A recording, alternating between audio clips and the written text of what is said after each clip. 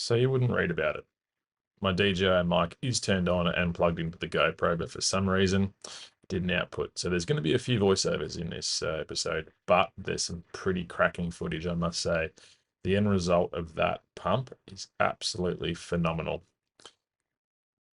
Welcome back. If you're new to the series, we've just got to the point now after restoring the stationary engine to start working on the pump housing. So it looks like it's had a bit of a hard life. There are parts missing off it, and I'm concerned that there may be something missing that is crucial to it working, but I'm just not quite sure yet because I can't find any photos of this pump assembled to the engine. I can find a picture, a black and white picture, but it's not very good. There's quite a lot of pitting on the face of the pump where I just ran my hands around, which is another point of concern for me. That funnel is pretty buggered actually. It's quite rusted out, but I'll get a close up of that for you in a second so that you can see it. But really, what I really want to get stuck into today is getting all the rust off this, pulling it apart, making sure that the pump internals are okay. There's nothing really obvious that will make it not work. So I'll get you some close-ups, like I said, and please put up with the voiceovers. So as you can see here, there's quite a bit of paint damage like there has been everywhere else. As I flip this over, you'll be able to see the damage a bit closer up. I'll get a torch here and show you there's quite a lot of pitting. And if you have uneven surfaces, it can lead to cavitation. So I'm a bit concerned about that. We're just going to really make sure we can clean that up or not worry about it and just hope for the best. So I applied some penetrating oil to both the funnel and also the outlet pipe that you can see in front of me.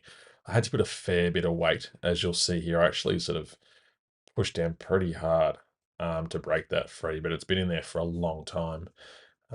So penetrating oil definitely worked on this occasion. And then, as you can see, there's quite a bit of corrosion coming out of that funnel. I'll get a light here in a second and I'll show you just so you can see how bad it is. So the next challenge was trying to get off this outlet pipe. Now, I ended up having to apply quite a bit of heat. And then I put some penetrating oil on it, just hoping that the heat would draw that back into the threads. As you'll see here, I am putting quite a bit of pressure on this. It slipped in the vise for a little bit, which was a bit annoying. I didn't want the vise teeth to bite in and damage that casing too much. So I was trying to be careful whilst putting a fair bit of weight on that. I'm every bit of 95 kilos, so it definitely did not want to let go. As you can see, applying a bit more brute force, almost pulling the workbench over. And then I went did the smart thing and made my leverage a bit more, and then it just seemed to break free fairly easily once I did that, as you can see. I was surprised actually how tight it was, given it didn't have any sort of or visible thread lock. There was definitely no Teflon, no hemp, no liquid thread lock or anything like that. I think it was just years of corrosion that had got it to that point, and potentially the gal had swollen a little bit too inside the casing. So I was extremely happy to have the win and get that off. I'm just removing the feed pipe that provides water to the engine to keep it cool whilst running. It's pretty badly blocked. So this is the new piece of steel that I've got to go on here. Now we're going to have to trace this and cut it out. Probably with the plasma cutter, I would say would be the easiest way to do it. This back a little bit.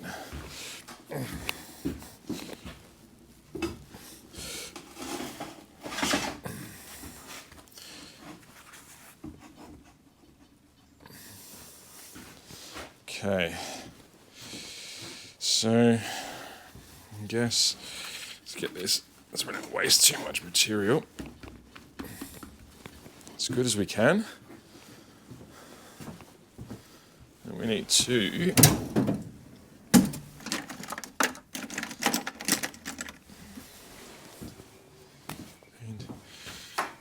trace this.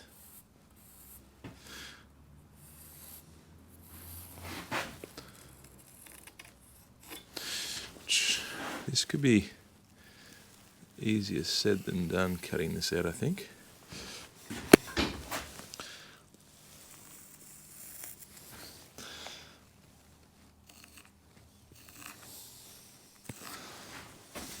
It's a bit hard to get in there. I can't get under the outlet, so I'm just going to turn it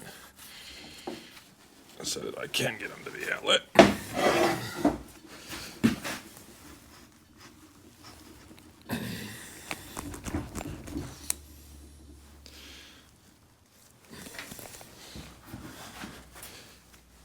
As long as it's pretty good, I'm pretty happy. Alright, so I've got this set up. Now I've got the plasma cutter also set up. I'm just going to put the mic to the side so that you guys don't have to have your ears blasted out and I don't set the windshield on fire. Yeah, I don't have a wheel for the end of this plasma cutter, so it's just going to be freehand. So we'll see how we go.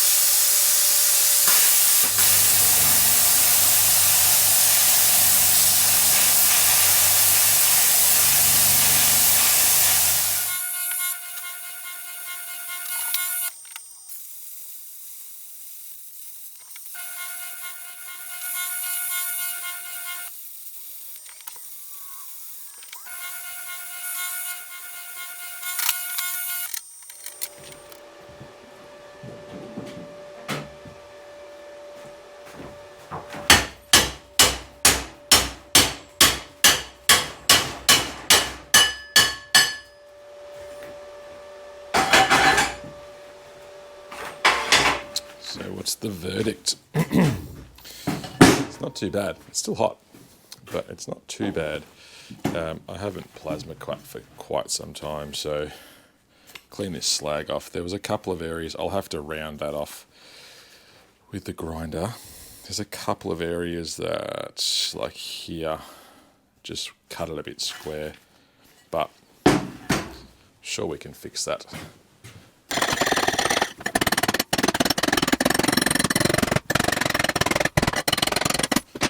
So I've cleaned it up. It looks pretty good. Pretty happy with it, to be honest. It's not perfect. I mean, I could have had one CNC cut, but you know, I wanted to do it myself.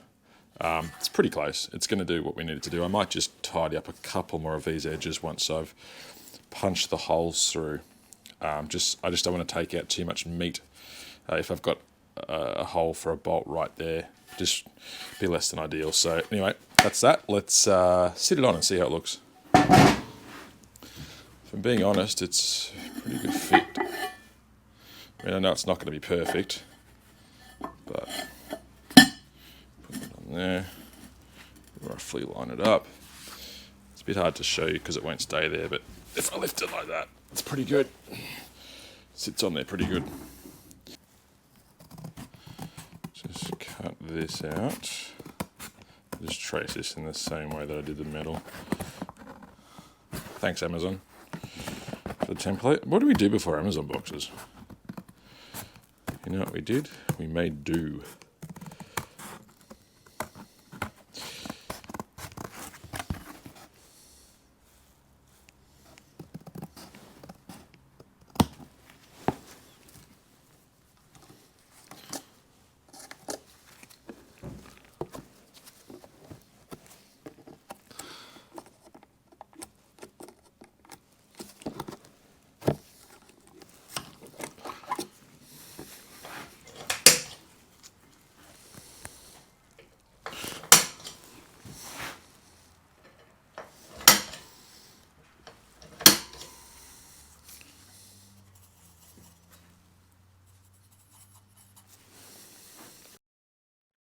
So once I'd finished marking those holes, I used the drill press just to drill where I'd punch them. I did basically a pilot hole for the first time round.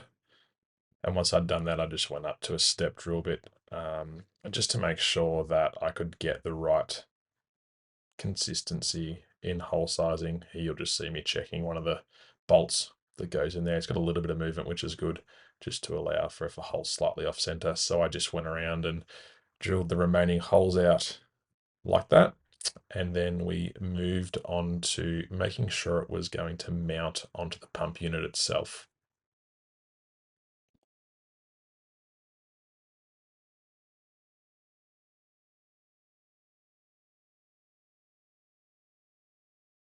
So I had to remove the impeller from the pump housing. It was slightly seized, but it wasn't really too bad. It's actually quite a good design.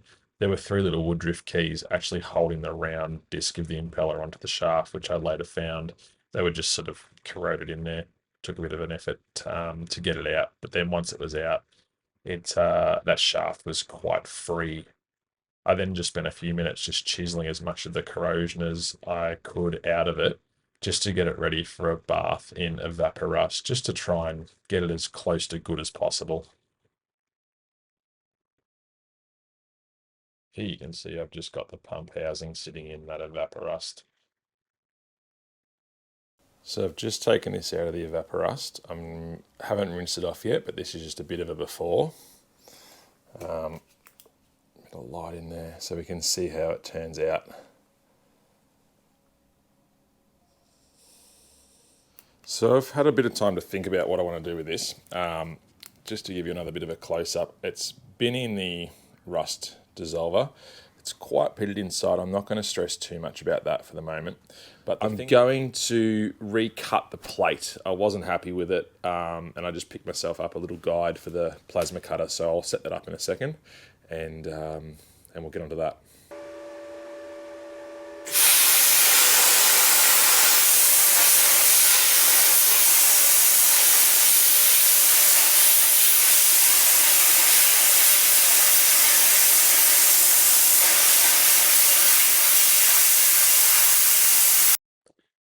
And right about now is where it all started to go downhill. So I didn't realize at this particular point in time, but my compressor was switched off. So obviously you need air for the plasma cutter. So that basically buggered that cut, which was not ideal. I reset again, and then the plasma cutter wasn't cutting very well. It was quite cool this morning, and I think there might have been a bit too much moisture because I didn't have the air dryer on the compressor, so I ended up just using the original cut. So I'm just welding this 50mm gal adapter on now, or threaded coupling. I did use the grinder to polish off the gal coating on the coupler where I was welding to ensure that I wasn't breathing too many of the fumes. I had a fan on as well here, so I was just basically burning it onto that plate. The welding wasn't as great as I wanted it to be. The gal was a little bit contaminated. It was a bit old, but in the end it'll work, and it's going to work really well. I'm pretty happy with it. So this is the pump housing after I'd put the first coat of surface primer on it. I put another one on after this, and whilst I was waiting for it to dry, I also cut a new gasket so that that plate we just made can join nicely onto this. So, first coat of red. Looks pretty good. Very happy with it. I was also doing some other parts in the background. Here I've got the fuel tank adapter sitting in the Evaporust. Now this adapter actually contains the adapter, as you'll see in a second, that I point towards, where the water inlet to cool the engine is. Now that's pretty rusted up, so I'm hoping that the Evaporust will break that down so I can remove it. So, again, no microphones, and this will be an interesting start to the outro. Here we have the pump reassembled onto the stationary engine. Now, I'll give some close-up shots in a second because I did take some. I'm a bit disappointed that the mic's not on here because I just went through explaining some bits and pieces. Like the funnel that I've got there, I actually managed to get a lot of the rust off the funnel. Even though it has holes in it, I'm going to leave it as a bit of a memory of what this pump was like. I managed to polish up that brass valve that I was just turning, and that came out really good. A bit like the atomizer. I was really happy with it.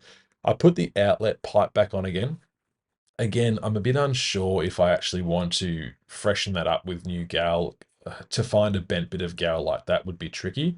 And I don't want to put 290s on there to get the same effect. I really like how that looks at the moment. Overall, it came up really well. I also polished the brass little join adapter for the shaft that I'll give you a close up on in a second again as well. But um, this engine is now ready for what it was meant to do. So I'm going to give you some close-ups. Have a good look. Let me know what you think, and then I'll come back, and I think I'm going to have to do a voiceover outro as well. So looks pretty good. That brass polished up really nice. This is a bit of a close-up of that brass valve and also that funnel. This is what I mean by the holes from the rust in it, but I'm going to leave it. The brass valve, as you can see, it is as smooth as silk once I managed to clean that up. The bolts aren't in the faceplate yet. I've struggled to find some replacement bolts. I am on the hunt for those, but I will find them before this next video comes out so that we can complete this. Oh, and before I forget, the fuel tank. I've started cleaning this up. I managed to get the petcock working absolutely amazing. So I'm going to attack that in the meantime. I've just left those brackets in the evaporust to soak. They just need a little bit more time. I couldn't get them in this video.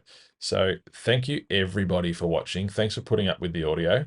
I've really enjoyed this episode, making it apart from the audio, but hey, you have to roll with the punches sometimes. So I look forward to seeing you next time. Please subscribe so you don't miss it, because the next episode, this pump is going to be pumping water. I'll see you soon.